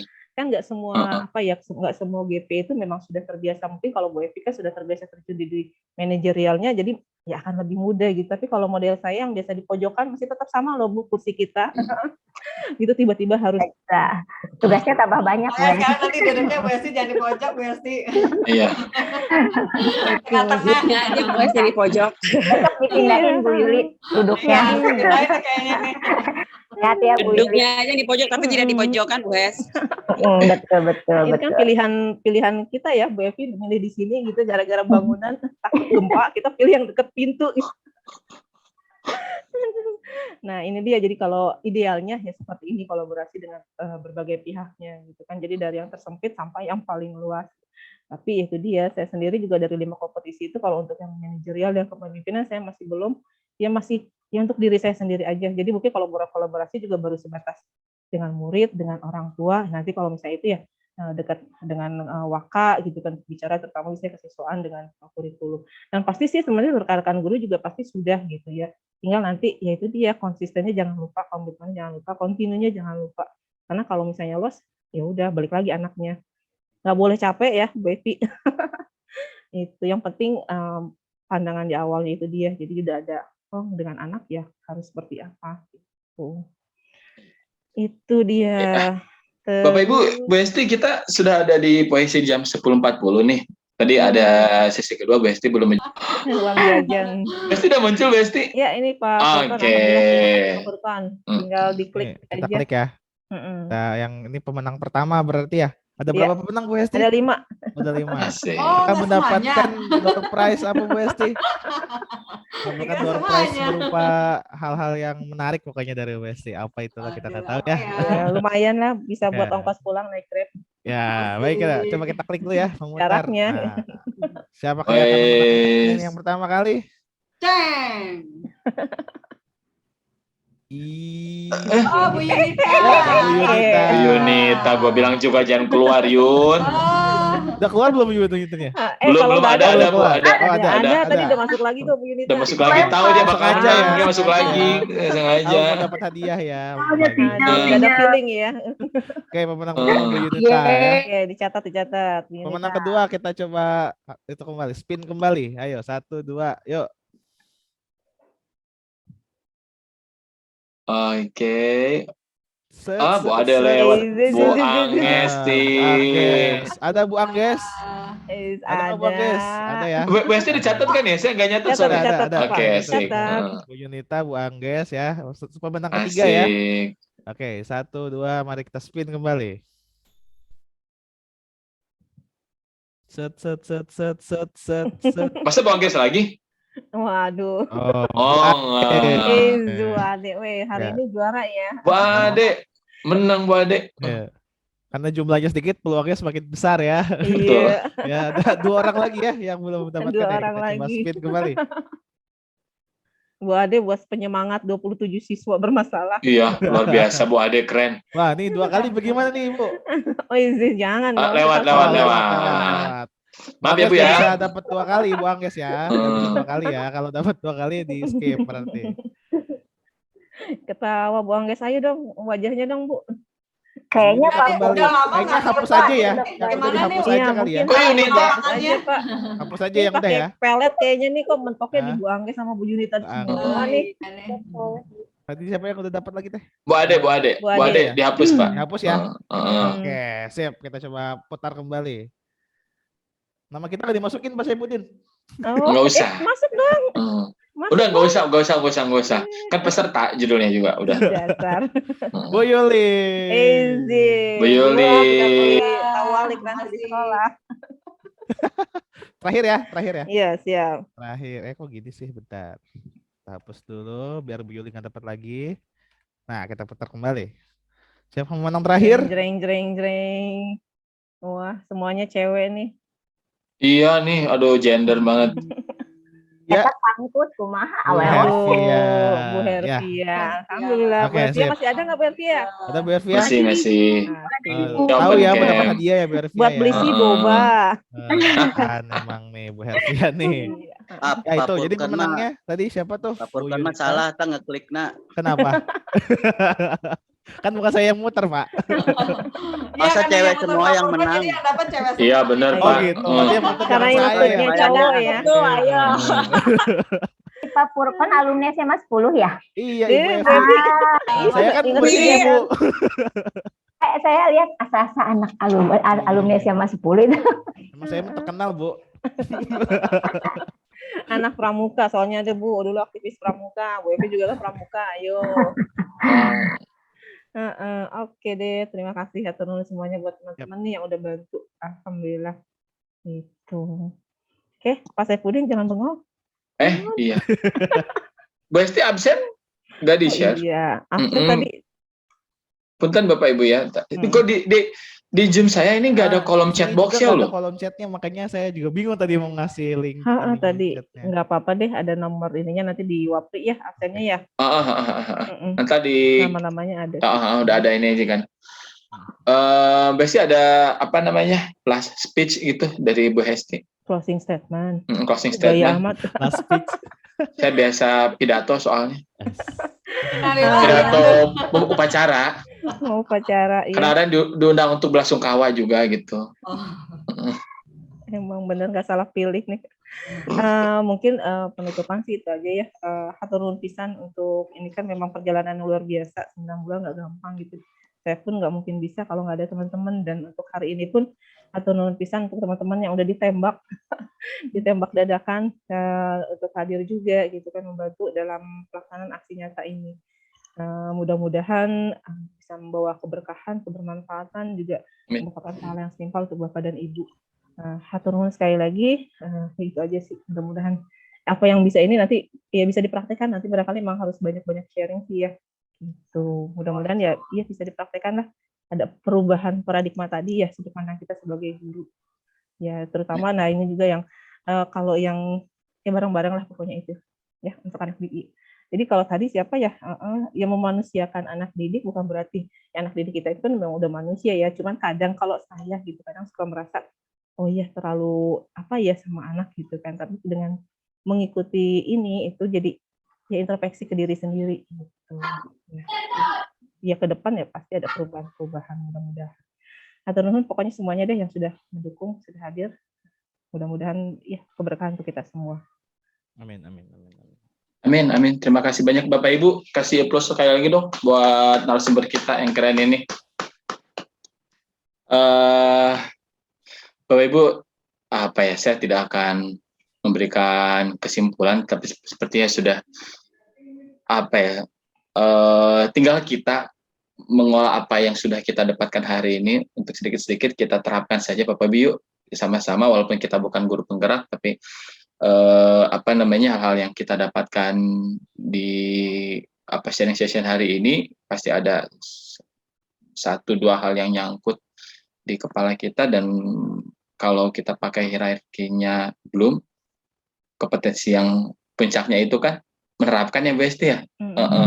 Yuk kita sama-sama yang sudah ya menciptakan, menerapkan, yuk kita sama-sama buat hal-hal baik, kita terapkan hal baik apa yang sudah kita ketahui, apa yang sudah kita pahami hari ini di sekolah kita masing-masing. Insya Allah apa yang kita lakukan kita hari ini tidak hanya menambah wawasan pengetahuan kita, juga akan menjadi amal ibadah kita ketika itu nanti kita terapkan ke anak kita. Terima kasih sekali lagi Bapak Ibu untuk hari ini, seru banget. Sayang waktunya terbatas, padahal saya yakin ada banyak hal yang masih kita ingin diskusikan tentang hal ini, tapi karena waktunya terbatas, kita harus akhiri sharing session ini sampai sini. Sebelum Bapak Ibu keluar, mohon izin untuk membuka kameranya, nanti takutnya ada, berarti perlu dokumentasi. Perlu Pak. Bapak Ibu mohon izin dong buka kameranya. Punten pisan ya. Ya Allah, Bu Erna, Bu Neneng, Bu Fata, Pangkus, Bu Hervia, Pangkus, Bu Ade, semalam tuh nggak bisa tidur, deg-degan banget. Tapi ya Allah. Bu Esti, gimana kita ya, Bu Esti udah sering banget ngomong di forum, masih deg-degan, apalagi kita. Kalau deg-degan mah tuh gimana? Kalau nggak deg-degan mah tuh kumaha? Oh iya bener. Deg-degan. Oh iya lupa Bu. Berarti kita jangan berhenti deg-degan ya Bu ya. Selesai berarti hidup kita. Malum saya guru biologi. Oh iya. Nggak boleh. Maka Pak Purkon atau Bu Hesti nanti.